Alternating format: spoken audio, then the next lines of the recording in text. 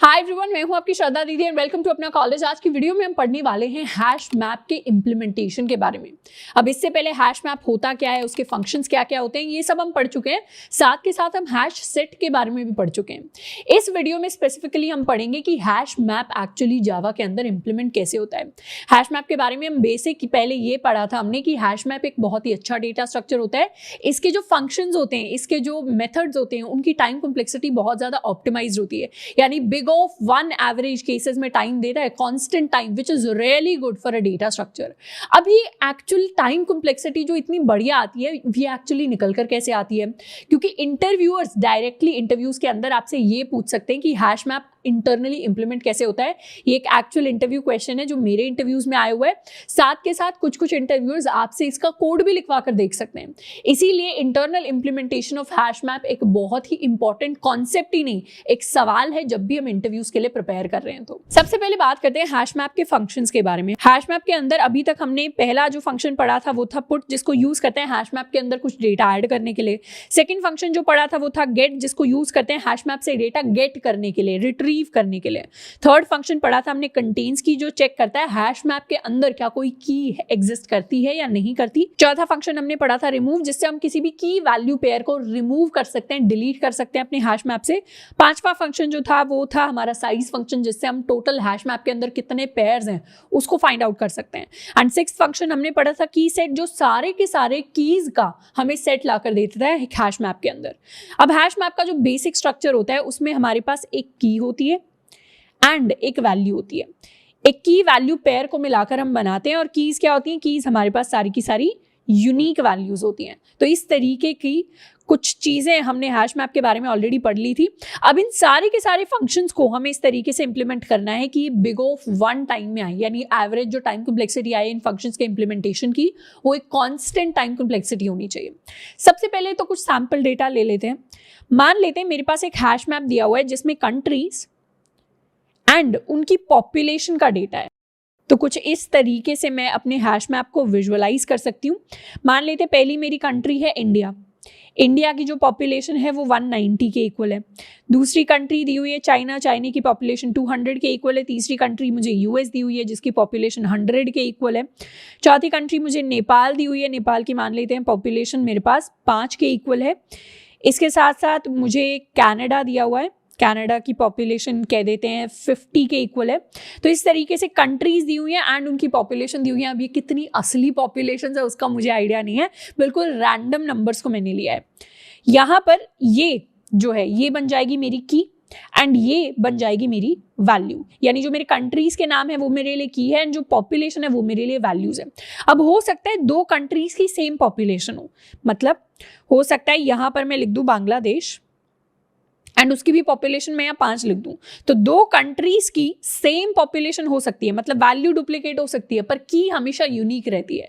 यानी एक बार नेपाल की पॉपुलेशन मैंने 5 लिख दी, तो दोबारा नेपाल की जब मैं पॉपुलेशन लिखूंगी, मान लेते हैं अब नेपाल की पॉपुलेशन 10 हो गई है, तो इसी 5 को काट कर मुझे 10 लिखना पड़ेगा। ऐसा नहीं है कि एक सेकेंड नेपाल क्रिएट हो जाएगा डेटा में और फिर उसके लिए उसकी नई पॉपुलेशन आ जाएगी। इसीलिए मेरे जो कंट्री के नाम होते हैं वो मेरे हैश मैप के अंदर यूनिक वैल्यूज होंगी। अब हैश मैप को इंटरनली जावा के अंदर हम इंप्लीमेंट करते हैं with the help of array of link list. यानी हम एक एरे बनाएंगे कुछ इस तरीके से। मैंने एक एरे बनाया, मान लेते हैं इसका जो साइज है वो 4 के इक्वल है। तो इसके अंदर क्या होगा? इसके अंदर 4 इंडेक्स होंगे मेरे पास। ये मेरा 0th इंडेक्स, ये मेरा फर्स्ट इंडेक्स, ये मेरा सेकंड इंडेक्स, ये मेरा थर्ड इंडेक्स। मैंने क्या बोला? हैश मैप जावा के अंदर इंटरनली इंप्लीमेंट होता है with the help of array of link list. एक एरे ऑफ इंटीजर क्या होता है? एरे ऑफ इंटीजर एक ऐसा एरे होता है जिसमें हर एक जगह एक इंटीजर स्टोर्ड होता है। उसी तरीके से एरे ऑफ लिंक लिस्ट क्या होगा? एरे ऑफ लिंक लिस्ट एक ऐसा एरे होगा जिसमें हर एक इंडेक्स पर एक लिंक लिस्ट स्टोर होगी, कुछ इस तरीके से। इसको हम कहेंगे एक एरे ऑफ लिंक लिस्ट, और हमारा जो डेटा होगा वो मेरे लिंक लिस्ट के नोड्स होंगे। मान लेते हैं मैंने इस एरे को बनाया है, इसका साइज मैंने 4 के इक्वल लिया है। अब इसके अंदर मुझे डेटा स्टोर करवाना है in the form of link list. तो मैं क्या कर सकती हूँ? एक मेरी लिंक लिस्ट हो सकती है जो यहाँ पर क्रिएट हो, जिसके अंदर फर्स्ट नोड आ जाए जिसमें मैं इंडिया स्टोर करवाऊँ एंड इंडिया के लिए उसकी पॉपुलेशन 190 स्टोर करवाऊँ। इसका सेकेंड नोड भी यहीं पर आ जाए जिसके अंदर मैं चाइना स्टोर करवा रही हूँ एंड उसकी पॉपुलेशन मैंने 200 स्टोर करवाई। मेरा थर्ड थर्ड डेटा मान लेते हैं इधर आ गया, जिसके लिए मैंने यूएस स्टोर करवाया एंड इसकी पॉपुलेशन मैंने 100 स्टोर करवाई। मेरा फोर्थ डेटा यहाँ पर आ गया, जिसके अंदर मैंने नेपाल स्टोर करवाया एंड उसकी पॉपुलेशन 5 स्टोर करवाई। मेरा फिफ्थ डेटा यहाँ पर आ गया, जिसके अंदर मैंने कनाडा स्टोर करवाया है एंड उसकी पॉपुलेशन 50 को स्टोर करवाया है। एंड मेरा सिक्स्थ कंट्री यहाँ पर आ गया, जिसके अंदर मैंने बांग्लादेश को स्टोर करवाया है और उसकी पॉपुलेशन स्टोर करवाई है एज 5। तो इस पूरे के पूरे डेटा को मैं इस फॉर्म में ट्रांसफॉर्म कर सकती हूँ, जहाँ पर एक एरे है, हर एक इंडेक्स पर एक लिंक लिस्ट क्रिएट हुई है और ये है मेरी लिंक लिस्ट के नोड। यहाँ पर मेरी लिंक लिस्ट का हेड आ गया है एंड मेरी लिंक लिस्ट के नोड्स कुछ इस डायरेक्शन में पॉइंट कर रहे हैं। ये जो लास्ट नोड है ये अब पॉइंट कर रहा है नल की तरफ, ये लास्ट नोड भी पॉइंट कर रहा है नल की तरफ। This is also pointing to null and this is also pointing to null. तो कुछ इस तरीके का स्ट्रक्चर बनता है हैश मैप के लिए हमारे जावा के अंदर जब हम हैश मैप की बात करते हैं। हाँ, हम जो कोड में हैश मैप यूज करते हैं वो ऐसा दिखाई नहीं देता, बट इंटरनली वो ऐसा ही कॉम्प्लेक्स सा दिखाई देता है। बट ये इतना कॉम्प्लेक्स नहीं है, ये समझेंगे तो बहुत ही सिंपल है एंड बहुत ईजी टू रिमेंबर है। शुरुआत किससे करनी है? शुरुआत में पहली चीज जो हमें नोट्स के अंदर लिख लेनी है और जिसको याद कर लेना है वो ये है कि हैश मैप इंटरनली इंप्लीमेंट होता है as an array of my link list. ये सबसे की थिंग टू रिमेंबर है, सबसे इंपॉर्टेंट चीज है। अब बात करते हैं हैश मैप के फंक्शंस की। हैश मैप के अंदर सबसे पहले हम अपने पुट फंक्शन को इंप्लीमेंट करेंगे। अब पुट फंक्शन को इंप्लीमेंट करने से पहले हम 2-3 वेरिएबल्स लिख लेते हैं। एक मेरा वेरिएबल होगा n का मतलब है जो मेरे टोटल नंबर ऑफ नोड्स हैं। कितने नोड्स हैं मेरे पास? जितना मेरे पास डेटा है, यानी 1 2 3 4 5 6 नोड्स हैं अभी सारी की सारी लिंक लिस्ट को मिलाकर। तो मैं क्या लिखूंगी? n की वैल्यू को मैं ट्रैक करूंगी जो वैल्यू होने वाली है 6 के इक्वल। एंड एक होगा मेरे पास कैपिटल N होने वाला है मेरे एरे का साइज। ये होने वाला है मेरे एरे का साइज। अभी ये साइज है जितने भी इंडेक्स हैं 1 2 3 4 के इक्वल। तो इसको वैल्यू को मैं लिख दूंगी 4 के बराबर। अब जो मैंने एरे क्रिएट किया है अपने हैश मैप को इंप्लीमेंट करने के लिए, इसमें हर एक इंडेक्स को हम बकेट कहते हैं। ये ऐसा कोई फिक्स नहीं है कि इसको बकेट ही कहा जाएगा, बट हाँ कन्वेंशन के हिसाब से इसको हम बकेट ही कहते हैं। ये जो मेरा इंडेक्स है इसको मैं कहूंगी अपनी बकेट 2। ये मेरी एक बकेट है। बकेट होती है बाल्टी यानी जिसमें कोई चीज हम स्टोर कर पाए। यूजुअली घरों में बाल्टी पानी स्टोर करने के लिए यूज होती है, बट जावा में हैश मैप इम्प्लीमेंटेशन के अंदर बकेट का काम होता है हमारी नोड्स वाली लिंक लिस्ट को स्टोर करना। तो ये मेरी एक बकेट बन गई, ये मेरी एक और बकेट बन गई, ये मेरी एक और बकेट बन गई। तो इस तरीके से जितने भी इंडेक्स हैं उतनी मेरे पास बकेट्स हैं, उतनी मेरे पास बाल्टियां हैं। तो क्या मैं कह सकती हूँ कि मेरे जो टोटल नंबर ऑफ बकेट्स हैं वो मेरे n के बराबर ही हैं। This is equal to my total number of buckets, यानी जितने इंडेक्स उतनी बकेट्स, तो वही साइज मेरा n के बराबर हो जाएगा। अब बात करते हैं हैश मैप के पुट फंक्शन की। हैश मैप का पुट फंक्शन क्या करता है? पुट फंक्शन पहले तो ये चेक करेगा कि जिस की और जिस वैल्यू को उसको पुट करना है, उसको ऐड करना है हैश मैप के अंदर, क्या वो पहले से एग्जिस्ट करती है या वो पहले से एग्जिस्ट नहीं करती। अगर वो पहले से एग्जिस्ट करती है तब हम क्या करते हैं? तब हम सिर्फ वैल्यू को अपडेट करते हैं। की वैसे के वैसे ही रहती है, वैल्यू अपडेट हो जाती है। और अगर वो पहले से एग्जिस्ट नहीं करती तो हम नया की वैल्यू का पेयर क्रिएट करेंगे और उसको हम ऐड करेंगे। कुछ इस तरीके का प्रोसेस रहता है हैश मैप के पुट फंक्शन का। मान लेते हैं मुझे सबसे पहले क्या इंप्लीमेंट करना है? सबसे पहले मुझे ऐड करना है अपना की वैल्यू, जिसमें मेरे पास है नेपाल, एंड इसके लिए मैं ऐड करने वाली हूँ 20। तो क्या करूंगी? सबसे पहले चेक करूंगी क्या नेपाल एग्जिस्ट करता है या नहीं करता। नेपाल यहाँ पर इस इंडेक्स पर एग्जिस्ट करता है, इस बकेट 1 में एग्जिस्ट करता है, तो इसकी वैल्यू सिर्फ अपडेट होगी, यानी 5 को हटाकर मैं यहाँ सिर्फ 20 लिखने वाली हूँ। लेकिन अगर मैं नेपाल की जगह यहाँ पर कोई और कंट्री जैसे श्रीलंका को मैंने दे दिया होता, तो यहाँ क्या होता? किसी एक बकेट पर जाकर मेरे पास श्रीलंका नाम का एक नोड क्रिएट होता जिसके अंदर मैं उसकी पॉपुलेशन 20 को स्टोर करवाती। कुछ ऐसा प्रोसेस रहता। अब कैसे पता चले मुझे कि मुझे अपने की वैल्यू पेयर को कौन सी बकेट के अंदर स्टोर करना है? तो यहाँ पर असली कॉन्सेप्ट निकल कर आता है हैशिंग का। जावा के अंदर हैशिंग करने के लिए ऑलरेडी काफी सारे इनबिल्ट फंक्शन है। तो हैशिंग के लिए कैसे फंक्शन शुरुआत से लिखा जाए, कौन सी एल्गोरिथम यूज की जाए हैशिंग करने के लिए, उसकी डिटेल में हमें नहीं जाना, बट फिर भी मैं आपको थोड़ा सा ब्रीफ दे देती हूँ कि हैशिंग कहने का यहाँ पर मतलब क्या है। हैशिंग का मतलब बेसिक भाषा में समझे, इंग्लिश में समझे तो इसका मतलब होता है डेटा की फॉर्म चेंज कर देना। यानी मेरे पास कोई भी डेटा दिया हुआ था, मान लेते हैं मेरे पास ABC दिया हुआ है, तो इसकी फॉर्म चेंज करके मैंने इसको 3, 5, 8, 6 इस तरीके में चेंज कर दिया, तो ये क्या हो गया, ये इस डेटा की यहाँ पर हैशिंग हो गई। मतलब डेटा किसी और फॉर्म में दिया हुआ था, अब आपने उसकी फॉर्म चेंज करके उसको किसी और वैल्यू के अंदर कन्वर्ट कर दिया। या फिर मान लेते हैं मुझे 1, 2, 3, 4 दिया होता है और इसकी फॉर्म चेंज करके मैंने 3, 5, 9 कर दिया होता, या इसकी जगह मैंने ABD कर दिया होता, कुछ भी हो सकता है। एक फॉर्म से डेटा को जब हम दूसरी फॉर्म में कन्वर्ट करते हैं उसको हम हैशिंग कहते हैं। अब हैशिंग की अलग अलग एल्गोरिदम्स एग्जिस्ट करती हैं और ये बहुत फेमस एल्गोरिदम्स होती हैं, जैसे हमारी SHA-1 हो गई, मेरी SHA-256 हो गई। इस तरीके से बहुत सारी हैशिंग की एल्गोरिदम्स होती हैं।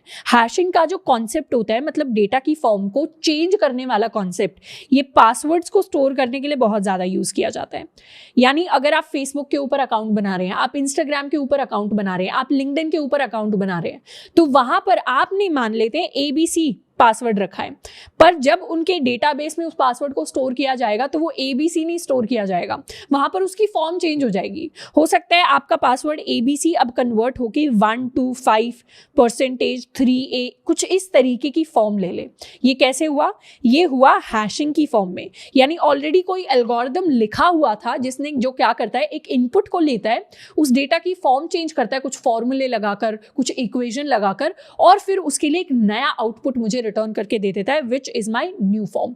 तो अगर कल को कभी फेसबुक का डेटाबेस हैक हुआ, मान लेते हैं फेसबुक का पूरा डेटाबेस हैक कर लिया किसी ने, तब भी जो हैकर होगा उसको आपका पासवर्ड पता नहीं चलेगा। क्यों? क्योंकि वो इस हैशिंग वाली हैश्ड फॉर्म को देख पाएगा, आपके ओरिजिनल ABC को नहीं देख पाएगा। इसीलिए जब भी कंपनीज का डेटा हैक या डेटा लीक होता है तो उसमें नाम आपका दिख जाता है, आपका फोन नंबर दिख जाता है, पर जो आपने पासवर्ड सेट किया था वो नहीं दिख पाता तब तक, जब तक उनको हैशिंग एल्गोरिदम का ना पता हो। तो हैशिंग की जो इम्प्लीमेंटेशन है वो बहुत सारी फील्ड्स में है, डिफरेंट आप उसको अपने हिसाब से एक्सप्लोर कर सकते हैं, पर हम यहाँ पर डेटा स्ट्रक्चर्स एंड एल्गोरिदम सीख रहे हैं। हमें यहाँ पर हैशिंग के डिटेल में नहीं जाना, हमें सिर्फ उसके इंप्लीमेंटेशन के डिटेल में जाना है। तो मैं मान लेती हूँ कि कोई ऐसा एल्गोरिदम है जो जावा के अंदर एग्जिस्ट करता है, जो मेरे डेटा को मुझे हैश करके दे देगा, मतलब उसकी फॉर्म चेंज करके दे देगा। तो यहाँ पर मैं एक ब्लैक बॉक्स ले लेती हूँ। ब्लैक बॉक्स होता है बेसिकली एक हैशिंग फंक्शन, या इसको मैं हैश फंक्शन कह देती हूँ। ब्लैक बॉक्स कहने का मतलब है कि मुझे पता नहीं है कि इसके अंदर काम क्या होता है, बस मुझे ये पता है कि ये कुछ इनपुट ले लेगा और मुझे कुछ आउटपुट रिटर्न कर देगा हैशिंग करके।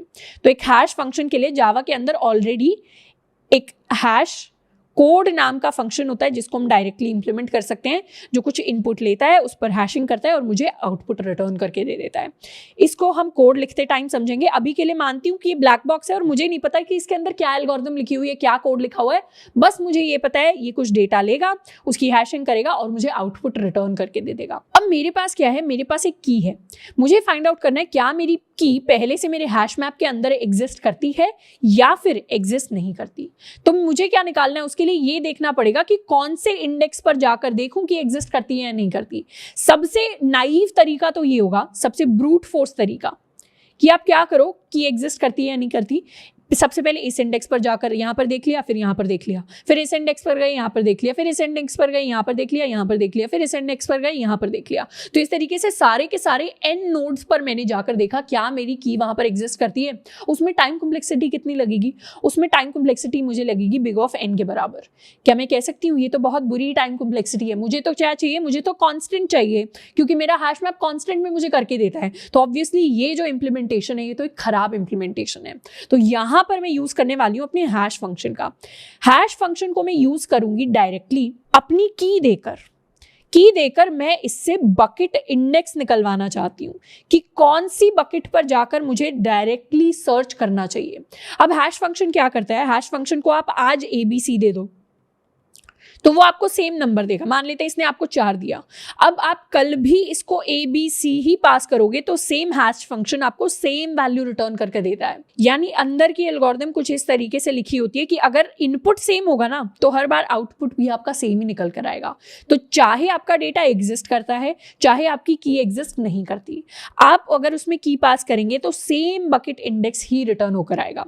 जैसे मान लेते हैं इसके अंदर मैंने नेपाल पास किया एज माई इनपुट, तो मेरे पास पास जो बकेट इंडेक्स रिटर्न होकर आएगा that will be equal to 1, क्योंकि मेरा जो नेपाल है यहाँ पर फर्स्ट इंडेक्स पर स्टोर्ड है, चाहे नेपाल पहले से हो चाहे नेपाल पहले से ना हो। तो यहाँ से मुझे क्या मिलेगा, यहाँ से मुझे डायरेक्टली अपना बकेट इंडेक्स मिल जाएगा। जैसे ही मुझे बकेट इंडेक्स मिल गया वैसे ही क्या करो, उस बकेट इंडेक्स पर जाओ और अब बस वहां पर लिंक लिस्ट में सर्च कर लो। लिंक लिस्ट में देख लिया कि अच्छा नेपाल यहाँ पर एग्जिस्ट करता है, तो पहले से ही एग्जिस्ट करता है, अब इसकी वैल्यू को अपडेट कर दो। वैल्यू को यहाँ पर अपडेट करके 5 से हटाकर मैं 20 कर दूंगी।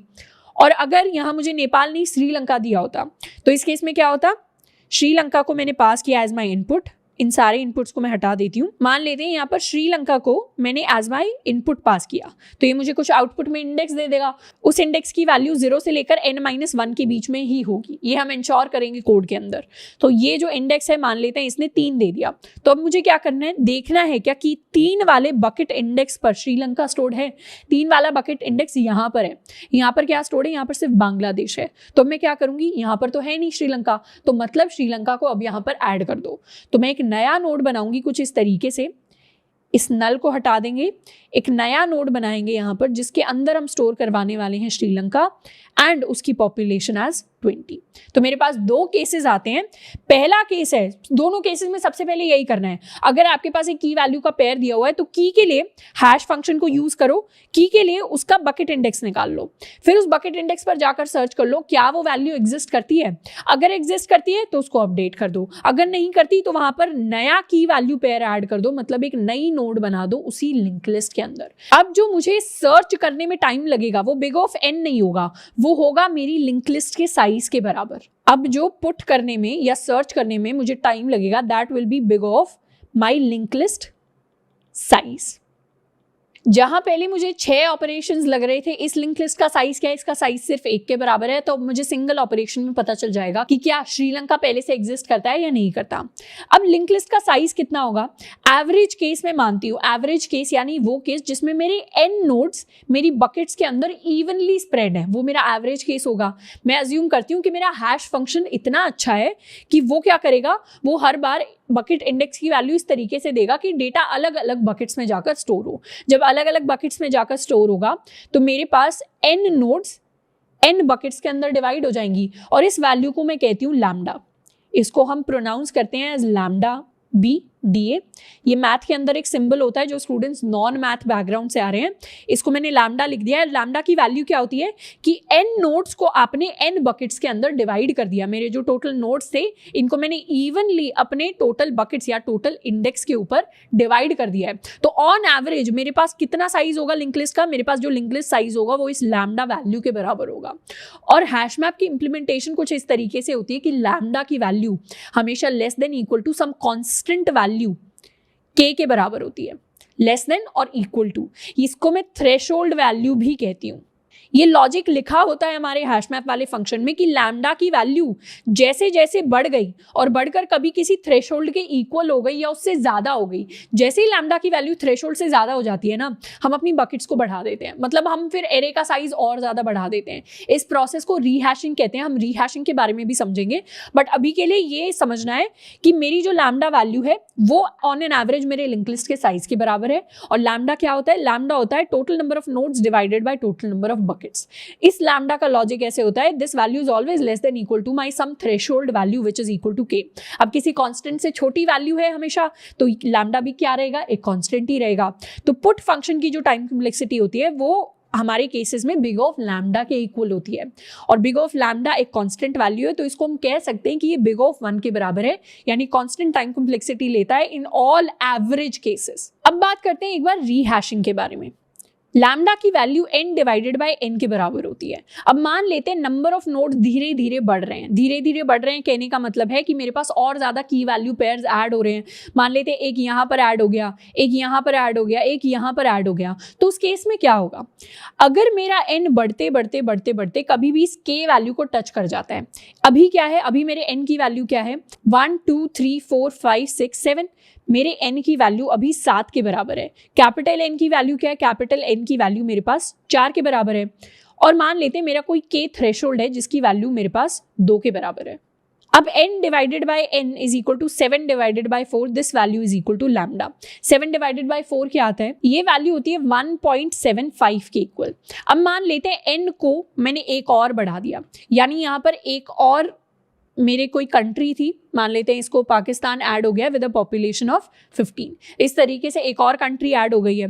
तो अब ये वैल्यू क्या हो गई, अब n डिवाइडेड बाय n की वैल्यू हो गई है 8 divided by 4 which is equal to 2। अभी भी ये वैल्यू क्या है, इसके इक्वल है, इससे ज्यादा नहीं हुई है। तो मैं एक और नोड को ऐड कर सकती हूँ। मान लेते हैं मैंने एक और नोड को ऐड कर दिया, यहाँ पर मैंने एक और नोड ऐड कर दी, एक और कंट्री, इसको मैं कह देती हूँ यहाँ पर मेक्सिको ऐड हो गया विद अ पॉपुलेशन ऑफ 25। तो यहां पर एक और कंट्री ऐड हो गई। अब मेरे n की वैल्यू क्या हो गई, अब मेरी n की वैल्यू हो गई है 9 के बराबर, divided by n divided by 4, this value is 2 point something, ये 2 प्लस हो गई है। तो यहां से लैम्डा की वैल्यू अब ग्रेटर देन 2 हो गई। तो अब मुझे परफॉर्म करना पड़ेगा अपना एक स्पेशल फंक्शन जिसको हम कहते हैं रीहैशिंग। रीहैशिंग का मतलब होता है कि लैम्डा बढ़ गया है, लैम्डा बढ़ेगा तो क्या होगा, लैम्डा बढ़ेगा तो पुट की टाइम कॉम्प्लेक्सिटी बढ़ेगी, क्योंकि पुट की time complexity is big of lambda, और हम नहीं चाहते कि पुट की टाइम कॉम्प्लेक्सिटी बहुत बुरी आए। हम कोशिश करेंगे कि पुट की टाइम कॉम्प्लेक्सिटी हमेशा बिग ऑफ लैम्डा के इक्वल रहे और लैम्डा की वैल्यू जहां पर k से कम ही रहे। तो अब लैम्डा की वैल्यू को वापस k से कम करने के लिए मुझे अपने बकेट्स को बढ़ाना पड़ेगा। और बकेट्स को बढ़ाने का क्या तरीका है कि आप अपने एरे के साइज को बढ़ा दो। एरे के अंदर जो टोटल नंबर ऑफ इंडेक्स है वही मेरे लिए बकेट्स है, तो आपको बकेट्स को बढ़ाना है, मतलब एरे का साइज बढ़ाना है। तो अब क्या करो, अब आप एक डबल साइज का एरे क्रिएट कर दो। आपने अब एक डबल साइज का एरे क्रिएट कर दिया जिसमें अब n की वैल्यू 8 के बराबर हो गई। जरूरी नहीं है कि हम हमेशा डबल साइज का क्रिएट करते हैं, डिपेंड करता है कौन से वर्जन ऑफ जावा में क्या इंप्लीमेंटेशन दिया हुआ है, वो लॉजिक डिफाइंड होता है कि किस साइज का क्रिएट होगा, पर वो हमेशा n से तो बड़ा ही होता है। 3 टाइम्स भी आप क्रिएट कर सकते हो, 8 टाइम्स भी क्रिएट कर सकते हो, 4 टाइम्स भी कर सकते हो। हम यहाँ पर डबल वाला एग्जांपल लेंगे कि अब रीहैशिंग करने के लिए मेरा जो ओरिजिनल एरे था उससे मैंने डबल साइज का एरे ले लिया। डबल साइज का एरे ले लिया तो इसमें अलग अलग मेरे पास इंडेक्स आ गए, ये 3, 4, 5, 6, 7, 8। और अब मैं इन सारे के सारे नोड्स को एक एक करके निकालूंगी और इसके अंदर पुट करूंगी। कैसे पुट करूंगी, सबसे पहले मैं इसका एग्जांपल लूंगी, इंडिया 190। इसके लिए की इंडिया को मैं हैशिंग फंक्शन में डालूंगी और इससे मैं क्या बाहर निकालूंगी, इससे मैं बकेट इंडेक्स बाहर निकालूंगी जिसके अंदर यहाँ पर ये ऐड होना चाहिए। तो इंडिया इसके अंदर डलेगा और एक बकेट इंडेक्स मुझे लाकर दे देगा। अब इंडिया डला अंदर और उसने बकेट इंडेक्स लाकर दे दिया, मान लेते हैं उसके लिए बकेट इंडेक्स 3 आया, तो मेरा इंडिया अब यहाँ पर आकर ऐड हो जाएगा with a bucket index of 3। उसके बाद चाइना आएगा, चाइना मान लेते हैं यहाँ पर ऐड हो गया विद इट्स पॉपुलेशन 200। उसके बाद नेपाल की बारी आई, नेपाल मान लेते हैं यहाँ पर ऐड हो गया, नेपाल की पॉपुलेशन 5। उसके बाद मेक्सिको की बारी आई, मेक्सिको मान लेते हैं यहाँ पर ऐड हो गया विद अ पॉपुलेशन ऑफ 25। तो इस तरीके से एक एक करके दोबारा से हम इन पर एक एक इंडिविजुअल नोड पर पुट फंक्शन कॉल कर देंगे ताकि अब ये इस वाले मेरे हैश मैप के अंदर पुट हो जाएं। तो इससे ये दोबारा इवनली स्प्रेड हो जाएंगे। इवनली स्प्रेड कैसे हो जाएंगे, लैम्डा होता है मेरा n डिवाइडेड बाय n के इक्वल। अब n की वैल्यू पहले तो 4 थी, अब क्या हो गई, अब 8 हो गई। और n की वैल्यू क्या थी, पहले 9 थी, तो ये 9 डिवाइडेड बाय 8 हो गया।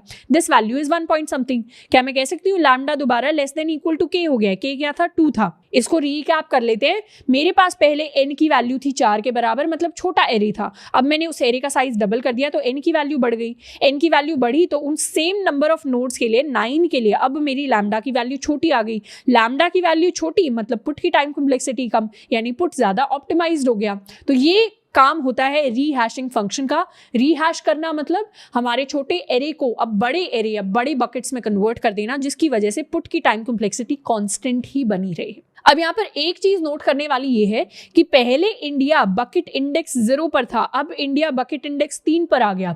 तो जरूरी नहीं है कि इस हैश मैप के अंदर जो बकेट इंडेक्स आता वही इस हैश मैप के अंदर भी आएगा। अगर हैश मैप चेंज हो जाता है, हैश मैप चेंज होने का मतलब अगर आपका एरे का साइज चेंज हो जाता है तो आपका बकेट इंडेक्स भी चेंज हो जाएगा।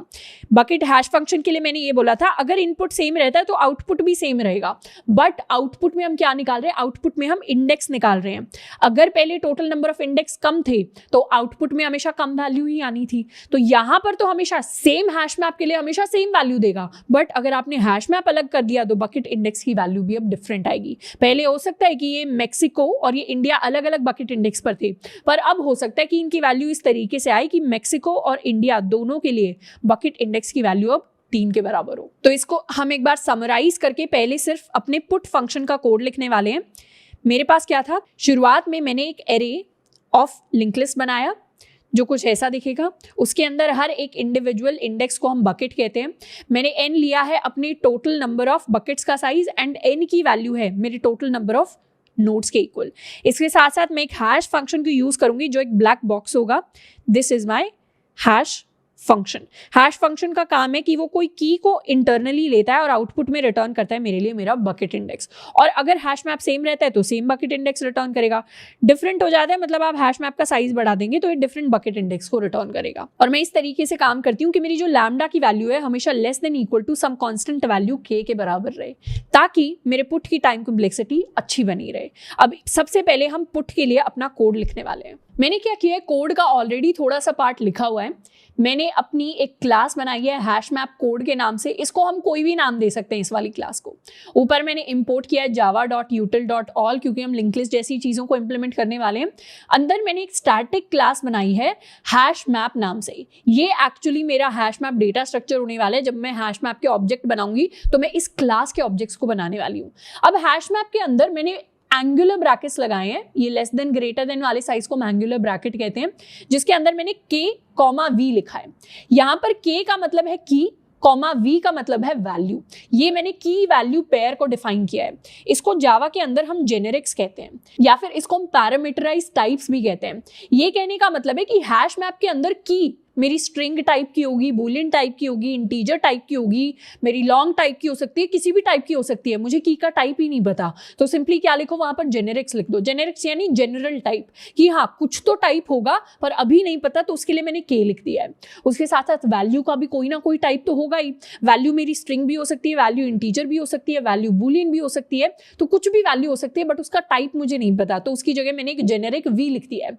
मतलब जहां भी मुझे टाइप चाहिए होगा अपनी वैल्यू का, वहां मैं अब वी लिख दूंगी।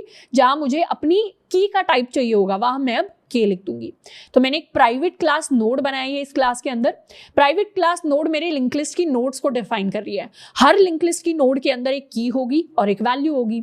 तो के टाइप की की होगी, वी टाइप की वैल्यू होगी। मैंने एक कंस्ट्रक्टर बनाया जिसके अंदर की और वैल्यू का पेयर आएगा। की में मैंने की असाइन कर दी, वैल्यू में मैंने वैल्यू असाइन कर दी है। ये मेरी एक लिंक लिस्ट की नोड का स्ट्रक्चर मैंने बना दिया। अब इसके साथ साथ मैंने कुछ वेरिएबल्स दिए हैं। जैसे मैंने एक प्राइवेट इंटीजर n को लिया है, n यानी मेरे टोटल नंबर ऑफ नोड्स हैं मेरे n, एंड एक प्राइवेट इंटीजर कैपिटल n लिया है। कैपिटल n कहने का मतलब है this is my total number of buckets. यहाँ मैंने अपनी बकेट्स भी डिफाइन कर दी है। मैंने जो एरे है अपना उसको बकेट्स नाम दिया है क्योंकि इसमें बहुत सारी बकेट्स हैं।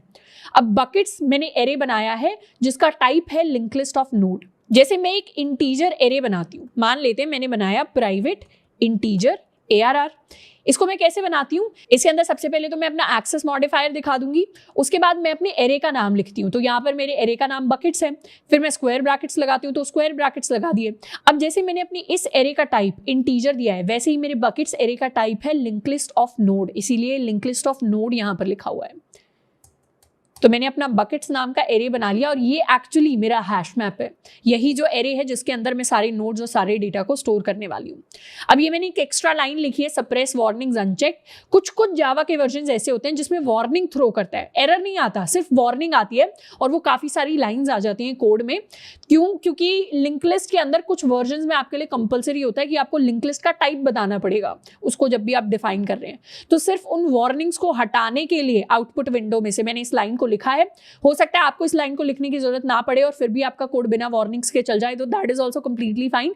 जिन स्टूडेंट्स के वार्निंग थ्रो करता है आउटपुट आ जाएगा बट वार्निंग थ्रो करेगा तो वो ये लिख सकते हैं। अब मैंने एक और कंस्ट्रक्टर बनाया है पब्लिक हैश मैप, जो इस हैश मैप क्लास का कंस्ट्रक्टर है। ये क्या करता है, शुरुआत में इसने n का साइज बता दिया, यानी टोटल नंबर ऑफ बकेट्स कितनी है। 4 बकेट्स थी मेरे पास तो मैंने 4 ले लिया है। और बकेट्स में दिस डॉट बकेट्स को इसने न्यू लिंक लिस्ट बोल दिया है। मतलब यहां पर मैंने अपने एरे को इनिशियलाइज कर दिया है और अब हर एक इंडेक्स पर जाकर मैं एक खाली लिंक लिस्ट को क्रिएट करूंगी। खाली लिंक लिस्ट को क्रिएट करने का क्या मतलब है, इसको एक बार समझते हैं। मैंने अगर अपना एक एरे बनाया है जिसके अंदर मान लेते हैं मेरे पास 4 इंडेक्स हैं। अभी क्या है, अभी इस इंडेक्स पर हर जगह नल स्टोर्ड है, ऐसा नहीं है लिंक लिस्ट स्टोर्ड है, नल स्टोर्ड है, कोई लिंक लिस्ट नहीं है। मुझे क्या करना पड़ेगा, लिंक लिस्ट को क्रिएट करना पड़ेगा। तो मैं यहां पर एक लिंक लिस्ट क्रिएट करूंगी जो शुरुआत में एक खाली लिंक लिस्ट होगी। अगर खाली लिंक लिस्ट पहले से एग्जिस्ट करती है तभी उसके अंदर डायरेक्टली हम अपने नोट्स को स्टोर कर पाएंगे। अगर ये खाली लिंक लिस्ट एग्जिस्ट नहीं करती तो हम नोट्स को स्टोर नहीं कर पाएंगे। तो डेटा को स्टोर करने के लिए पहले खाली लिंक लिस्ट का क्रिएट होना जरूरी है। एक तो है यहाँ पर खाली लिंक लिस्ट ही ना हो, सिर्फ नल हो। नल का मतलब लिंक लिस्ट नहीं होता ना, खाली लिंक लिस्ट होता है। खाली लिंक लिस्ट यानी आपको न्यू लिंक लिस्ट लिखना ही पड़ेगा। इसीलिए मैंने एक लूप चलाया है जिसमें हर एक इंडेक्स पर जाकर मैं न्यू लिंक लिस्ट को लिख रही हूं अपने बकेट इंडेक्स के लिए। उसके साथ साथ मैंने अपना पुट फंक्शन, कंटेन्स की, रिमूव फंक्शन, गेट फंक्शन, ये सब बहुत सारे मैंने फंक्शंस लिख दिए हैं जिनको मुझे कंप्लीट करना है। अब सबसे पहले मुझे कंप्लीट करना है अपने पुट फंक्शन को। तो पुट करने के लिए सबसे पहले तो मुझे क्या दिया होगा, एक मेरी की दी है, एक मेरी वैल्यू दी है। अब की के हिसाब से सबसे पहला जो मेरा काम है वो है कि आप बकेट इंडेक्स निकाल लो। यानी बकेट इंडेक्स पता होगा तभी तो देख पाएंगे कि वो की पहले से एग्जिस्ट करती है या नहीं करती। तो मैं बकेट इंडेक्स निकाल लूं। मान लेते हैं कोई फंक्शन पहले से एग्जिस्ट करता है, इसको मैं हैश फंक्शन कह देती हूँ। हैश फंक्शन कोई फंक्शन है जो क्या करता है, मेरी की को लेता है और बकेट इंडेक्स दे देता है। बकेट इंडेक्स दे दिया इसने, ये कोई हैश फंक्शन है जो एग्जिस्ट करता है। This is my black box. इसका इम्प्लीमेंटेशन अभी नहीं देखेंगे, इसका इम्प्लीमेंटेशन पहले कोड लिख लेंगे उसके बाद देखेंगे। ये मेरा प्राइवेट टाइप का फंक्शन है, प्राइवेट इंट हैश फंक्शन, जिसके अंदर मैंने के टाइप की अपनी की पास की है और ये मुझे मेरा बकेट इंडेक्स रिटर्न करके दे देगा। इसने जैसे ही बकेट इंडेक्स रिटर्न करके दे दिया, अब क्या करना है, वो बकेट इंडेक्स मुझे मिल गया, मतलब वो इंडेक्स मिल गया अपने एरे के अंदर। अब उस इंडेक्स पर स्टोर्ड जो मेरी पूरी की पूरी लिंक लिस्ट है उसके अंदर एक एक नोड पर जाकर देखना है क्या मेरी की एग्जिस्ट करती है, क्या मेरी की एग्जिस्ट करती है, इस तरीके से। तो एक और फंक्शन बना लेती हूँ, search in link list. Search in link list में मैं अपनी की पास कर दूंगी और अपना बकेट इंडेक्स पास कर दूंगी और ये मुझे बताएगी कि क्या मेरी जो की है मेरे बकेट इंडेक्स पे एग्जिस्ट करती है या नहीं करती। तो ये मुझे कोई डेटा इंडेक्स दे देगा। डेटा इंडेक्स कहने का मतलब है, इसको मैं इंट DI कह देती हूँ। मान लेते हैं मुझे श्रीलंका के लिए सर्च करना है, तो उसके लिए मुझे बकेट इंडेक्स 3 मिल गया। अब मैं उसकी लिंक लिस्ट पर जाऊंगी, बकेट इंडेक्स पर गई तो उसकी लिंक लिस्ट मिल गई। यहाँ पर बांग्लादेश को सर्च करूंगी, क्या ये श्रीलंका के इक्वल है, नहीं है। यहाँ पर श्रीलंका को सर्च करूंगी, क्या ये श्रीलंका के इक्वल है, हाँ है। तो इसका डेटा इंडेक्स क्या हो जाएगा, डेटा इंडेक्स इसका 1 के बराबर हो जाएगा। This is my data index 0, this is my data index 1, this is my data index 2। तो जैसे बकेट इंडेक्स एरे का इंडेक्स बताता है, डेटा इंडेक्स लिंक लिस्ट के अंदर मेरा इंडेक्स मुझे बता रहा है, तो मैं डेटा इंडेक्स निकाल लूंगी। सर्च इन लिंक लिस्ट वाले फंक्शन को कॉल लगाऊंगी, वहां पे की और बकेट इंडेक्स पास करूंगी, वो मुझे लिंक लिस्ट के अंदर ढूंढकर मेरा डेटा इंडेक्स दे देंगे। अगर मेरे डेटा इंडेक्स की वैल्यू एक वैलिड वैल्यू कहने का मतलब है 0+, या तो 0 होगी या उससे ऊपर होगी, तो मतलब मेरी की पहले से एग्जिस्ट करती है। पर अगर डेटा इंडेक्स की वैल्यू -1 हो गई तो उसका मतलब है की पहले से एग्जिस्ट नहीं करती, क्योंकि एक इनवैलिड डेटा इंडेक्स है। तो इन केसेस में अगर डेटा इंडेक्स की वैल्यू मेरे पास -1 हो गई तो मतलब की डजंट एग्जिस्ट, और एल्स वाले केस में मैं कह सकती हूं की एग्जिस्ट। अगर की एग्जिस्ट नहीं करती तो उस केस में क्या करना है, उस केस में मुझे नया नोड बनाना है। तो मेरा जो बकेट इंडेक्स होगा वहां पर जो भी लिंक लिस्ट है उसके अंदर मैं अपना नया नोड स्टोर कर दूंगी। तो मैं निकाल लूंगी buckets of i dot add new node, जिसके अंदर मैं अपना की पास कर दूंगी एंड अपनी वैल्यू को पास कर दूंगी। ये क्या हुआ, यहां पर bi ले लेते हैं। टोटल बकेट्स वाला जो मेरा एरे है उसमें बकेट इंडेक्स पर गई और वहां पर मैंने अपनी नई नोड ऐड कर दी, उस नोड के अंदर मैंने अपनी की वैल्यू पेयर को ऐड कर दिया। तो इस तरीके से मैंने एक नए नोड को ऐड कर दिया अपनी लिंक लिस्ट के अंदर। एल्स में मुझे क्या करना है, एल्स में अगर मेरी की ऑलरेडी एग्जिस्ट करती है तो आप क्या करो, बकेट्स ऑफ bi पर मुझे जाना है। बकेट्स ऑफ bi पर जाऊंगी तो मुझे मेरी लिंक लिस्ट मिल जाएगी। लिंक लिस्ट में से गेट कर लो, क्या गेट कर लो, कौन से इंडेक्स वाली वैल्यू, डेटा इंडेक्स वाली वैल्यू को मैंने गेट कर लिया। डेटा इंडेक्स पर क्या एग्जिस्ट करता है, मेरी की एग्जिस्ट करती है, मतलब वो की वहां पर स्टोर्ड है इस डेटा इंडेक्स के ऊपर। अब इस डेटा इंडेक्स से जो भी वैल्यू आई है उसको मैंने अपनी नोड, इसको मैं डेटा कह देती हूँ, नोड डेटा के अंदर स्टोर करवा लिया और डेटा की वैल्यू को अब मैं अपडेट कर दूंगी। डेटा डॉट वैल्यू हो जाएगा मेरी वैल्यू v के इक्वल, ये जो वैल्यू यहाँ पर इस फंक्शन के पैरामीटर के अंदर आई है। और यहाँ पर क्योंकि की पहले से एग्जिस्ट नहीं करती थी तो साइज बढ़ जाएगा। अब n की वैल्यू प्लस प्लस हो जाएगी। n पहले क्या था, n 0 से शुरू हुआ था। जैसे जैसे मेरी बकेट्स के अंदर और ज्यादा लिंक लिस्ट के अंदर नोड्स ऐड होंगी तो मेरे n की वैल्यू बढ़ती रहेगी। यहाँ पर n की वैल्यू नहीं बढ़ेगी क्योंकि की कोई नई ऐड नहीं की, यहाँ पर बढ़ेगी क्योंकि नई की ऐड हुई है। और उसके बाद में चेक कर लूंगी क्या मेरी जो लैम्डा की वैल्यू है वो ग्रेटर देन n तो नहीं हो गई है। इंट लैम्डा को मैं निकाल लूंगी। इनफैक्ट ये इंट नहीं, ये मेरा डबल टाइप का होगा। Double lambda is equal to my double of n divided by n। ये मेरी लैम्डा की वैल्यू आ गई। अब मैं देख लूंगी अगर मेरी लैम्डा की जो वैल्यू है that is greater than k। k क्या है, k को मैं डायरेक्टली लिख देती हूँ, k इज 2.0। 2.0 से अगर लैम्डा की वैल्यू बड़ी हो जाती है तो फिर आप क्या करो, आप रीहैशिंग करो। ये रीहैशिंग के लिए हम कोड अभी लिखने वाले हैं। पहले इसको थोड़ा सा समराइज कर लेते हैं लॉजिक को। पुट करने के लिए क्या किया, सबसे पहले तो आप बकेट इंडेक्स निकालो हैश फंक्शन से। बकेट इंडेक्स के बाद उसका डेटा इंडेक्स निकालो। बकेट इंडेक्स मिल गया, अब उसकी लिंक लिस्ट में देखो कौन से डेटा इंडेक्स पर है की। अगर डेटा इंडेक्स -1 देता है मतलब की पहले से एग्जिस्ट नहीं करती, तो नई की को ऐड कर दो अपनी लिंक लिस्ट के अंदर और n++ कर दो। अगर की पहले से एग्जिस्ट करती है तो उस केस में उस डेटा को निकाल लो, उस नोड को निकाल लो। इनफैक्ट यहाँ डेटा की जगह में नोड लिख सकती हूँ, this is my node dot value. और उस नोड की वैल्यू को अपनी वैल्यू के बराबर कर दो, अपडेट कर दो। फिर चेक कर दो लैम्डा की वैल्यू k से बड़ी तो नहीं हो गई है। अगर बड़ी हो गई है तो रीहैशिंग कर दो। अब हम इस फंक्शन को कंप्लीट करने वाले हैं which is my hash function. Hash function का क्या काम है, ये की लेगा और आपको कोई इंटीजर वैल्यू यानी बकेट इंडेक्स को रिटर्न करेगा। तो जावा के अंदर हैश कोड नाम का एक फंक्शन होता है। मैं क्या करूंगी, की डॉट हैश कोड को कॉल लगा दी अगर मैंने, तो वो मुझे एक इंटीजर वैल्यू रिटर्न करके देगा।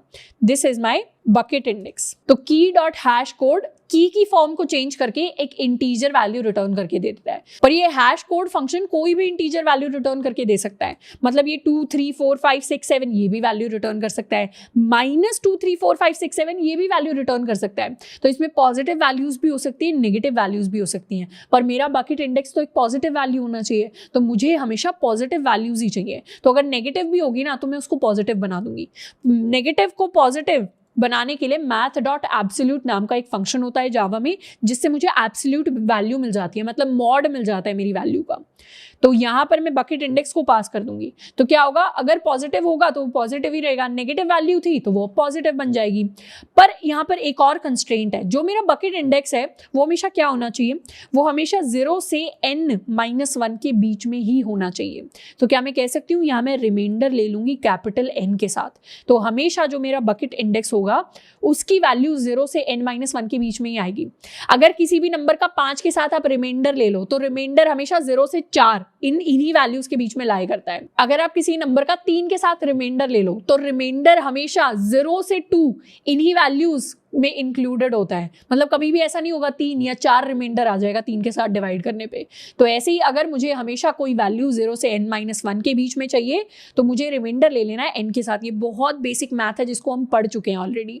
अब मैथ डॉट एब्सोल्यूट वैल्यू निकाली और रिमाइंडर ले लिया n के साथ, तो मेरे बकेट इंडेक्स की वैल्यू हमेशा 0 से n-1 के बीच में आएगी।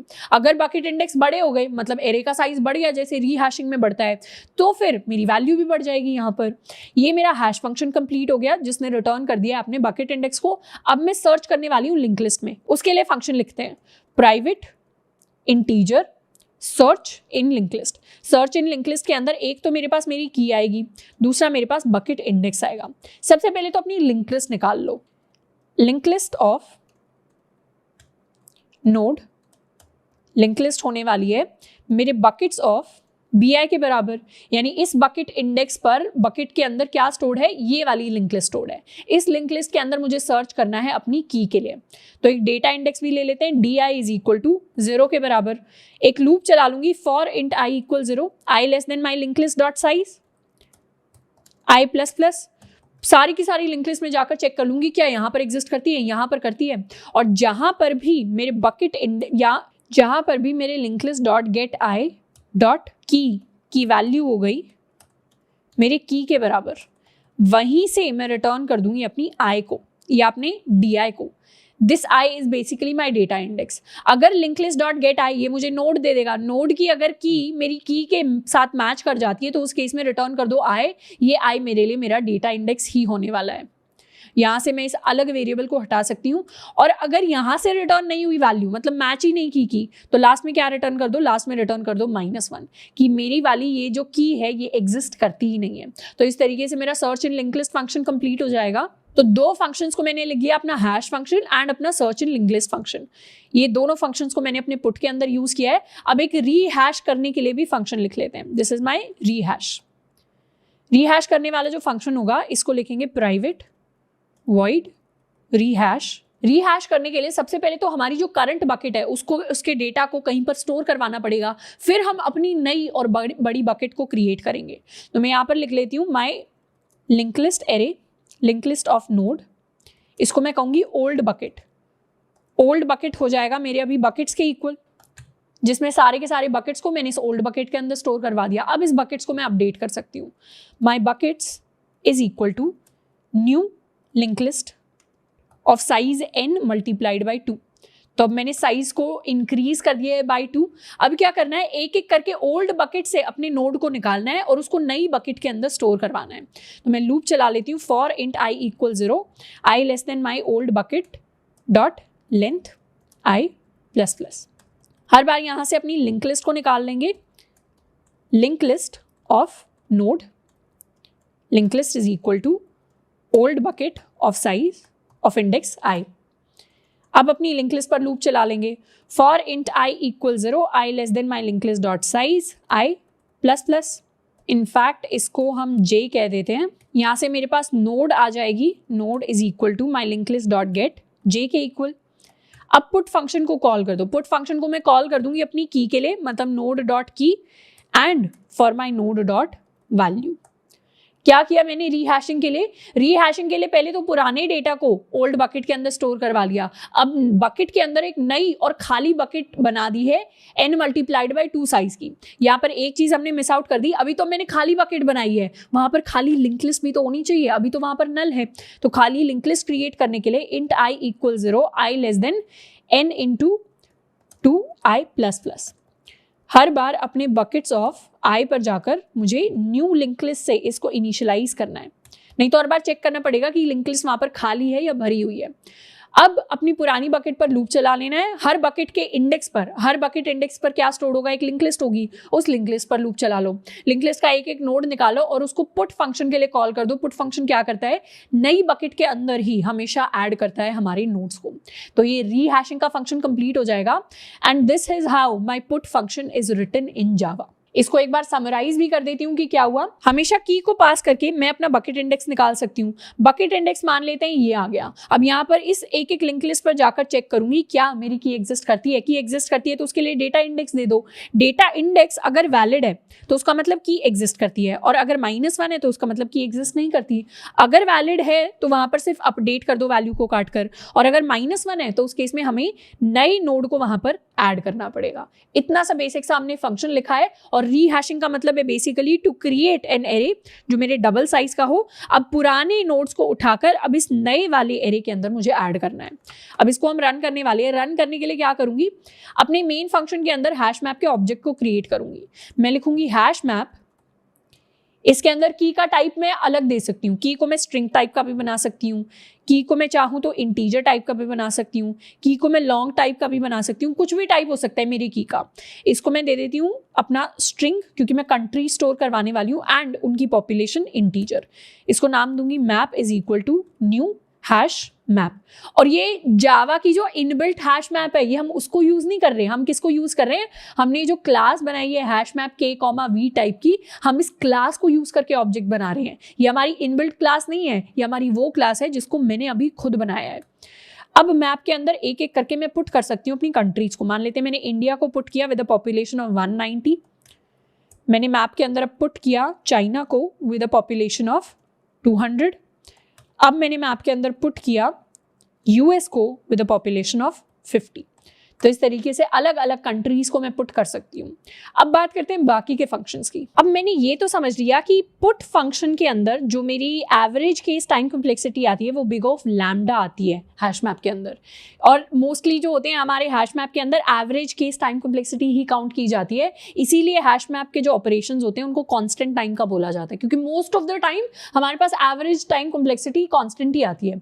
बट अगर इंटरव्यूअर कभी आपसे पूछ ले कि वर्स्ट केस टाइम कॉम्प्लेक्सिटी क्या आती है, बिल्कुल वर्स्ट केस में जो बहुत रेयर होता है, वो टाइम कॉम्प्लेक्सिटी आती है बिग ऑफ एन के बराबर। ऐसा क्यों होता है? कभी कभार ऐसा हो सकता है कि आपका जो हैश फंक्शन है, ये जो मेरा ब्लैक बॉक्स था जिसको मैंने बनाया था, वो इतना ऑप्टिमाइज ना हो। इतना ऑप्टिमाइज ना हो कहने का मतलब है कि अगर आप कोई की पास करें और उससे मुझे जो बकेट इंडेक्स मिल रहा है, तो हैश फंक्शन थोड़ा सा अच्छा नहीं है, तो वो क्या करेगा, हर की के लिए सेम बकेट इंडेक्स को रिटर्न करेगा। जैसे मान लेते हैं यहां पर मैंने अपना बकेट बनाई है सारी की सारी, और मेरे पास ये सारी की सारी n is equal to 6 countries है। हर बार बकेट इंडेक्स हैश फंक्शन क्या कर रहा है, 1 ही रिटर्न कर रहा है। तो ये मेरा 1 वाले बकेट पर पहला नोड की वैल्यू का पेयर ऐड हो गया, अब दूसरा की वैल्यू का पेयर ऐड हो गया, अब तीसरा की वैल्यू का पेयर हो गया। सारे के सारे जो पेयर्स हैं वो एक ही बकेट इंडेक्स पर अगर ऐड हो गए तो मेरी लिंक लिस्ट का साइज क्या हो जाएगा, अब लिंक लिस्ट का साइज लैम्डा नहीं होगा, क्योंकि अब लिंक लिस्ट का साइज n के बराबर हो जाएगा। That is why worst case time complexity is big of n जब भी हम अपने इंप्लीमेंटेशन की बात करते हैं हैश मैप के अंदर। वो वाले केसेस होंगे जिसमें या तो हमारा हैश फंक्शन कुछ ऐसा होगा कि हर बार की वैल्यू के लिए सेम बकेट इंडेक्स आ जाए, या हमारा डेटा ही कुछ ऐसा होगा कि हर बार कोइंसिडेंटली मेरी की के लिए हर बार सेम बकेट इंडेक्स आ जाए। यानी नेपाल भी बकेट इंडेक्स 1 पर ऐड हो रहा है, इंडिया भी बकेट इंडेक्स 1 पर ऐड हो रहा है, यूएस भी बकेट इंडेक्स 1 पर ऐड हो रहा है, चाइना भी बकेट इंडेक्स 1 पर ऐड हो रहा है। इसके साथ साथ कुछ कुछ ऑपरेशन ऐसे होंगे जिसमें अगर हम रीहैशिंग करें, ये वाला जो केस होगा इसमें हमें बहुत बार रीहैशिंग करनी पड़ जाएगी। उस केस में भी हमारी जो टाइम कॉम्प्लेक्सिटी है वर्स्ट केस में वो बिग ऑफ n के बराबर होगी, क्योंकि रीहैशिंग में हमें ज्यादा टाइम लगता है। रीहैशिंग में बिग ऑफ n के बराबर टाइम लगता है। इसीलिए वर्स्ट केस टाइम कॉम्प्लेक्सिटी अगर आपसे इंटरव्यूअर पूछे तो आपको बिग ऑफ n बोलनी है, लेकिन हाँ मैक्सिमम केसेस में कांस्टेंट टाइम कॉम्प्लेक्सिटी आती है। That is why hash map is a really good data structure in terms of time complexity. अब बात करते हैं इसके बाकी के ऑपरेशंस की। अगला ऑपरेशन जिसकी हम बात करेंगे ये है मेरा गेट ऑपरेशन। गेट ऑपरेशन क्या करता है, अगर मेरी की पहले से एग्जिस्ट करती है तो उसके लिए क्या रिटर्न करेगा, उसके लिए उसकी वैल्यू रिटर्न कर देगा। और अगर की पहले से एग्जिस्ट नहीं करती तो उसके लिए ये रिटर्न कर देता है एक नल वैल्यू को। तो सेम चीज को हमें रेप्लिकेट करना है। प्रोसेस क्या होने वाला है, प्रोसेस वही होने वाला है कि जिस भी की को मुझे गेट करना है, जिस भी की के लिए मुझे गेट करना है, पहले तो उस की के लिए उसका बकेट इंडेक्स निकाल लो, फिर उसको सर्च कर लो लिंक लिस्ट के अंदर। मान लेते मुझे यूएस के लिए देखना है, यूएस के लिए गेट करना है, तो पहले मैं यूएस के लिए उसका बकेट इंडेक्स निकालूंगी, वो 2 के इक्वल निकल कर आएगा। यहां मैं बकेट इंडेक्स 2 पर जाऊंगी, जैसे ही मैं 2 पर आई यूएस मुझे यहां पर लिंक लिस्ट के अंदर मिल गया, तो मैं उसके लिए 150 वैल्यू को कर दूंगी रिटर्न। और अगर मुझे मान लेते हैं इटली के लिए सर्च करना है तो उसके लिए बकेट इंडेक्स 2 के बराबर आ गया, तो मैं यहाँ पर आ गई 2 के बराबर। अब मैं देखूंगी क्या यहाँ पर इटली है, नहीं है, फिर मैं देखूंगी क्या नेक्स्ट नोड में इटली है, नहीं है, और फिर मेरे पास नल वैल्यू आ जाएगी, मतलब इटली है ही नहीं इस इंडेक्स पर, तो मतलब ये मेरी जो की है एग्जिस्ट नहीं करती मेरी बकेट के अंदर। उस केस में मैं यहाँ से रिटर्न कर दूंगी अपनी नल वैल्यू को। ये इंप्लीमेंटेशन एक बार कर देखते हैं अपने गेट फंक्शन के लिए। मेरे पास ये रहा मेरा गेट फंक्शन। गेट फंक्शन में क्या करूंगी, मैं अपने पुट फंक्शन का ही कोड कॉपी करने वाली हूँ। इतना पार्ट मैं एक बार कॉपी कर लेती हूँ गेट के अंदर, इस पार्ट को मैं पेस्ट करूंगी। गेट फंक्शन क्या करेगा, सबसे पहले तो सेम चीज ही करता है, बकेट इंडेक्स निकालेगा, उसके बाद डेटा इंडेक्स निकाल लेगा। अगर डेटा इंडेक्स -1 आता है तो मतलब की एग्जिस्ट नहीं करती, और डेटा इंडेक्स अगर कोई वैलिड वैल्यू आता है मतलब की एग्जिस्ट करती है। अगर की एग्जिस्ट करती है तो उसकी वैल्यू निकाल लो। नोड मैंने निकाल लिया और यहां से मैं रिटर्न कर दूंगी अपने नोड की वैल्यू को। यानी अगर की एग्जिस्ट करती है तो गेट फंक्शन क्या रिटर्न करता है, गेट फंक्शन नोड की वैल्यू को रिटर्न कर देता है। तो हैश मैप के बारे में मुझे ऑलरेडी पता है गेट फंक्शन कैसे काम करता है। और अगर की एग्जिस्ट नहीं करती तो उस केस में मैं यहां से रिटर्न करने वाली हूं अपनी नल वैल्यू को। तो ये मैंने कंप्लीट कर लिया अपने गेट फंक्शन को। उसी तरीके से मैं अपना कंटेन्स की फंक्शन भी कंप्लीट कर सकती हूँ। कंटेन्स की क्या चेक करता है कि की एग्जिस्ट करती है या नहीं करती, उसके लिए वो ट्रू एंड फॉल्स रिटर्न करेगा। गेट फंक्शन तो क्या करता है, एग्जिस्ट करती है तो उसकी वैल्यू रिटर्न कर देता है, नहीं करती तो नल रिटर्न कर देता है। कंटेन्स की सिर्फ ट्रू और फॉल्स रिटर्न करेगा। उसको भी पहले बकेट इंडेक्स फाइंड आउट करना पड़ेगा, फिर डेटा इंडेक्स फाइंड आउट करना पड़ेगा अपनी लिंक लिस्ट में सर्च करके। अगर की एग्जिस्ट नहीं करती तो डेटा इंडेक्स -1 है, की एग्जिस्ट नहीं करती तो क्या करो, यहां से रिटर्न कर दो फॉल्स। और अगर की एग्जिस्ट करती है तो उस केस में क्या करना है, उस केस में मुझे रिटर्न करना है ट्रू। तो कुछ इस तरीके का कोड हो जाएगा मेरा कंटेन्स की का। आपने देखा होगा बिल्कुल सेम कोड है जो मैंने पुट में लिखा था, बस उसमें छोटे से मॉडिफिकेशन करने। इनफैक्ट पुट का जो कोड है वो सबसे ज्यादा कॉम्प्लेक्स था, जिस पार्ट को हम सीख चुके हैं। अब जो बाकी के कोड्स हैं वो उसी का वर्जन होने वाले हैं एंड उससे ईजियर होने वाले हैं। कंटेन्स की कंप्लीट कर लिया मैंने, गेट फंक्शन कंप्लीट कर लिया। अब बात करते हैं एक बार रिमूव की। रिमूव क्या करेगा? रिमूव के लिए भी सबसे पहले मुझे देखना पड़ेगा कि क्या वो की एग्जिस्ट करती है या फिर एग्जिस्ट नहीं करती। जो मेरा रिमूव फंक्शन होता है उसमें दो केसेस होते हैं। अगर की एग्जिस्ट करती है तो फिर उसे रिमूव कर दो, एक तो उसे हटा दो अपनी लिंक लिस्ट के अंदर से, एंड साथ के साथ रिटर्न कर दो उसकी वैल्यू को। और अगर एग्जिस्ट नहीं करती, मतलब डजंट एग्जिस्ट, तो उस केस में क्या होगा? उस केस में हमें नल वैल्यू को रिटर्न करना है अपने फंक्शन के अंदर से। तो सबसे पहले तो रिमूव करने से पहले उसे ढूंढना पड़ेगा। ढूंढने के लिए सेम प्रोसेस है, पहले बकेट इंडेक्स निकाल लो।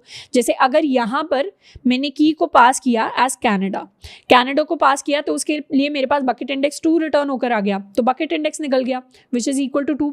उसके बाद अपना डेटा इंडेक्स निकाल लो। डेटा इंडेक्स यानी ये bucket index is equal to 2 पर जाकर यहाँ पर देख लिया, यहाँ पर एग्जिस्ट नहीं करता, यहाँ पर देख लिया यहाँ कैनेडा एग्जिस्ट करता है, तो इसका डेटा इंडेक्स हो गया है 0 1 के इक्वल। डेटा इंडेक्स निकाल लिया। उसके बाद देख लो डेटा इंडेक्स वैलिड वैल्यू है या अनवैलिड वैल्यू है। जिस केस में -1 हो गया उस केस में तो डायरेक्टली नल रिटर्न करना है। इस केस में -1 नहीं है, तो इस केस में क्या करना है? यहां से लिंक लिस्ट डॉट रिमूव हम कॉल कर देंगे। कौन से इंडेक्स के लिए? अपने डेटा इंडेक्स आई के लिए।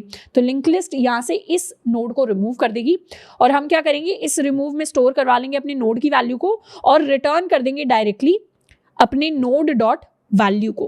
मतलब ये जो नोड है ये कंप्लीटली डिलीट हो जाएगा लिंक लिस्ट से और इसकी वैल्यू को मैं रिटर्न कर दूंगी यहाँ पर। तो इस तरीके से मेरा रिमूव फंक्शन काम करेगा। इसको भी एक बार लिख कर देखते हैं। मैं गेट फंक्शन वाली चीजें ही यहाँ पर कॉपी कर लेती हूँ।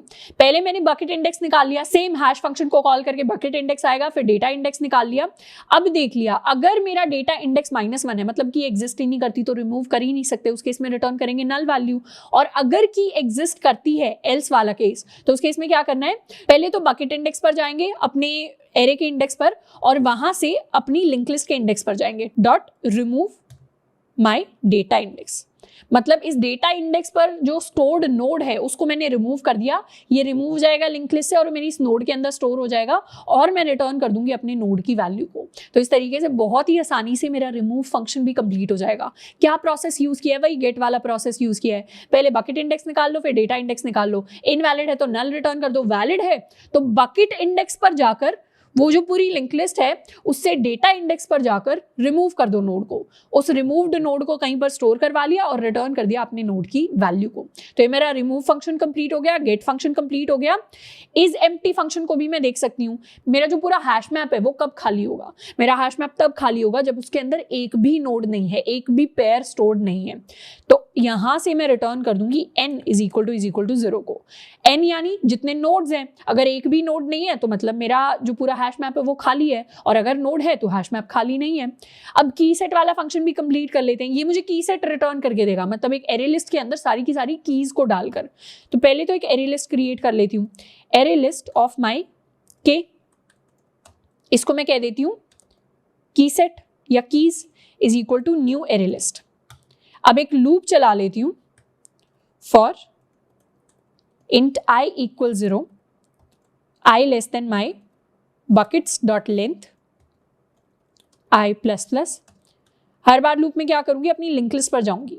माई link list of node LL is equal to my buckets of BI, या इसको मैं कह देती हूँ I। यही मेरा बकेट इंडेक्स है I के इक्वल। अब लिंक लिस्ट पर लूप चला दूंगी, for int J equal 0, J less than my link list dot size J plus plus.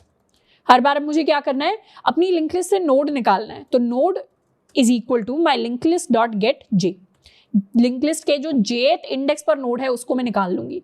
In fact यहाँ पर I की जगह मैं BI यूज कर सकती हूँ, मतलब this is my bucket index and this is actually my data index. तो मैंने लूप लगा लिया, नोड निकाल लिया। अब नोड निकाल कर कीज के अंदर मैं ऐड कर दूंगी अपने नोड की को। एक एक करके सारे के सारे नोड निकाल लूंगी, उन नोड्स की कीज को इस कीज के अंदर ऐड कर दूंगी और यहां से रिटर्न कर दूंगी मैं अपना कीज वाला एरे। तो एक बार समराइज कर लेते हैं। सारा का सारा कोड हम लिख चुके हैं। शुरुआत हमने इस हैश मैप क्लास के साथ की थी, नोड मैंने बनाया हुआ था पहले से। मैंने एक हैश मैप नाम का कंस्ट्रक्टर बनाया था जिसमें इनिशियलाइज किया था एम्प्टी लिंक लिस्ट के साथ। मैंने क्या किया, पुट फंक्शन के अंदर पहले बकेट इंडेक्स निकाला, हैश फंक्शन बनाया उसके लिए, फिर डेटा इंडेक्स निकाला। अगर की एग्जिस्ट नहीं करती तो नोड को ऐड कर दो, एग्जिस्ट करती है तो उसको अपडेट कर दो, और लास्ट में रीहैशिंग वाला फंक्शन मैंने परफॉर्म कर लिया अगर लैम्डा की वैल्यू ग्रेटर देन के हो रही है तो। कंटेन्स की भी सेम काम करता है, बकेट इंडेक्स निकाल लेगा, डेटा इंडेक्स निकाल लेगा। बकेट इंडेक्स यानी एरे में कौन से इंडेक्स पर है, जिस भी इंडेक्स पर है उसमें डेटा इंडेक्स यानी लिंक लिस्ट के कौन से इंडेक्स पर है, तो जिस भी इंडेक्स पर है उसकी वैल्यू निकाल लेंगे। अगर एग्जिस्ट नहीं करती तो रिटर्न कर दो फॉल्स, एग्जिस्ट करती है तो रिटर्न कर दो ट्रू। रिमूव भी यही करेगा, अगर एग्जिस्ट नहीं करती तो रिटर्न कर दो नल, एग्जिस्ट करती है तो वहां से रिमूव कर दो और उसकी वैल्यू को रिटर्न कर दो। गेट भी यही करेगा, अगर की एग्जिस्ट नहीं करती तो नल रिटर्न कर दो, एग्जिस्ट करती है तो उसकी वैल्यू को रिटर्न कर दो। की सेट क्या करेगा, एक एरे लिस्ट बना लिया कीज नाम से और उसके अंदर सारी की सारी कीज की वैल्यू को मैंने ऐड करवा दिया और उसको कर दिया रिटर्न। इज एम्प्टी, अगर n की वैल्यू 0 हो जाती है तो मेरा जो हैश मैप है वो एम्प्टी है, नहीं तो नॉन एम्प्टी है। अब यहां एक फंक्शन बना लेती हूं, while not my map dot is empty. मैं हर बार चेक कर रही हूं अगर जब तक मेरा मैप पूरा खाली नहीं हो जाता। अब खाली होने के लिए एक और चीज मुझे यहाँ पर अपडेट करनी है कि जब भी मैंने रिमूव फंक्शन को कॉल किया है और अगर मेरी की एग्जिस्ट करती है तो उसकी वैल्यू को जब मैं रिमूव कर रही हूं तो मुझे साइज को भी माइनस माइनस करना पड़ेगा। यानी ये जो n है, मेरे टोटल नंबर ऑफ नोड्स हैं, इसको भी मुझे माइनस माइनस करना पड़ेगा जैसे ही मैं रिमूव कर रही हूँ। ये एक चीज है जिसको मुझे भूलना नहीं है, नहीं तो मेरा इज एम्प्टी फंक्शन काम नहीं कर रहा होगा, उसके अंदर n की वैल्यू फिक्स्ड हो जाएगी। एक बार इसे हटा लेते हैं और मैं क्या करूंगी, मैं एक एरे लिस्ट बनाऊंगी, एरे लिस्ट ऑफ स्ट्रिंग्स ये होने वाली है, और सारी की सारी कीज मंगवा लूंगी। ये मेरी एरे लिस्ट ऑफ कीज हो जाएगी। ये कीज सारी की सारी कैसे आएंगी, मैं मैप पर कॉल लगा दूंगी मैप डॉट की सेट के इक्वल। ये मैप डॉट की सेट वाला फंक्शन मुझे क्या करेगा, सारी की सारी कीज रिटर्न करके दे देगा। अब मैं एक फंक्शन बनाऊंगी for int i equal 0, i less than my keys dot size i plus plus. हर बार मैं प्रिंट करवाने वाली हूं मेरी कीज डॉट गेट आई की वैल्यू को। ये कीज डॉट गेट आई क्या करेगा, सारी की सारी कीज को प्रिंट कर देगा एंड प्लस मैं यहां पर प्रिंट करूंगी उनकी वैल्यूज को। वैल्यूज को कैसे प्रिंट करूंगी, मैं लिखूंगी map dot get my keys dot get I. की क्या हो जाएगी, की हो जाएगी ith इंडेक्स पर कीज के अंदर जो स्टोर्ड वैल्यू है, और उसी की को मैं मैप डॉट गेट में पास कर दूंगी तो मेरे पास वैल्यू भी आ जाएगी। इसको एक बार करते हैं save and run. Java hash map code, ये तो मेरे पास एक वार्निंग आ गई है, इसको अभी इग्नोर करते हैं। मेरे पास सारी की सारी कीज एंड वैल्यूज आ गई हैं और इनका कोई ऑर्डर नहीं है। हैश मैप के अंदर ऑर्डर तो मेंटेन होता नहीं। तो पहले मेरे पास यूएस वाली की आई है, फिर उसकी वैल्यू आ गई है 50 के इक्वल। फिर मेरे पास इंडिया वाली की आई है, उसकी वैल्यू आ गई है 190 के इक्वल। फिर मेरे पास चाइना वाली की आ गई है, उसकी वैल्यू आ गई है 200 के इक्वल। तो इस तरीके से मैंने अपने हैश मैप वाले सारे ऑब्जेक्ट एंड उनके फंक्शंस को, मेथड्स को एक्सप्लोर किया है, जिसकी वजह से मेरे पास ये आउटपुट आया है। अब आप इसके और फंक्शंस जैसे रिमूव फंक्शन को भी हम एक्सप्लोर कर सकते हैं। कैसे, यहां मैं क्या करूंगी, मैप डॉट रिमूव कर देती हूं अपनी इंडिया वाली की को। मैंने मैप डॉट रिमूव कर दिया इंडिया वाली की को, और अब प्रिंट करवाने की कोशिश करती हूं मैप डॉट गेट इंडिया को। यहां पर नल प्रिंट होगा क्योंकि इंडिया डिलीट हो चुका होगा। क्या प्रिंट हुआ, यहां पर तो यूएस, इंडिया, चाइना तीनों प्रिंट हुए, पर यहां पर प्रिंट हुई है नल वैल्यू क्योंकि इंडिया अब डिलीट हो गया। तो इस तरीके से रिमूव भी काम करता है जब हम उसको मैप के ऊपर कॉल करेंगे। इस वार्निंग को सप्रेस करने के लिए, ये वार्निंग इसलिए आई है क्योंकि ये जो मेरा रीहैश फंक्शन था, इसके अंदर मैंने लिंक लिस्ट को यूज किया पर उसका टाइप नहीं बताया। तो यहां पर मैं सेम लाइन लिख सकती हूँ जो मैंने ऊपर लिखी है अपने हैश मैप के ऊपर। इसको करते हैं कॉपी एंड रीहैश के ऊपर पेस्ट, इसको करते हैं सेव। अब सेम फंक्शन का आउटपुट आ गया विदाउट एनी वार्निंग्स। तो इस तरीके से हैश मैप पर हम काम करते हैं। जब भी हमें कोड के अंदर लिखना है, मतलब कभी भी इंटरव्यूज में आपसे हैश मैप लिखवाया जाए या आपको कोई डेटा दे दिया जाए, अब जब आप हैश मैप का सवाल कर रहे हैं या किसी कोडिंग टेस्ट में पार्टिसिपेट कर रहे हैं, तब तो हमें इनबिल्ट वाला हैश मैप यूज करना है, इसको इंप्लीमेंट नहीं करना है स्क्रैच से। पर हाँ, इंटरव्यूअर अगर आपसे पूछ ले या आपसे बोले आप लॉजिक समझाओ या फिर उसका कोड लिख कर दिखाओ, तब हमें इस इंप्लीमेंटेशन के बारे में पता होना चाहिए। तो आई होप कि आज की जो क्लास है वो देखकर हमें मजा आया होगा। इसके बाद हम hash maps and hash set से रिलेटेड कुछ सवालों को करने वाले हैं अपनी डेटा स्ट्रक्चर्स वाले पूरे के पूरे कोर्स में। एंड साथ के साथ वीडियो के नीचे डिस्क्रिप्शन में आपको पूरा का पूरा कोड मिल रहा होगा इसकी इंप्लीमेंटेशन का, जिसको जाकर हम डायरेक्टली अपने VS कोड या किसी भी अपने कोड एडिटर के अंदर रन कर सकते हैं। आज के लिए इतना ही, मिलते हैं नेक्स्ट वीडियो में। Till then keep learning and keep practising.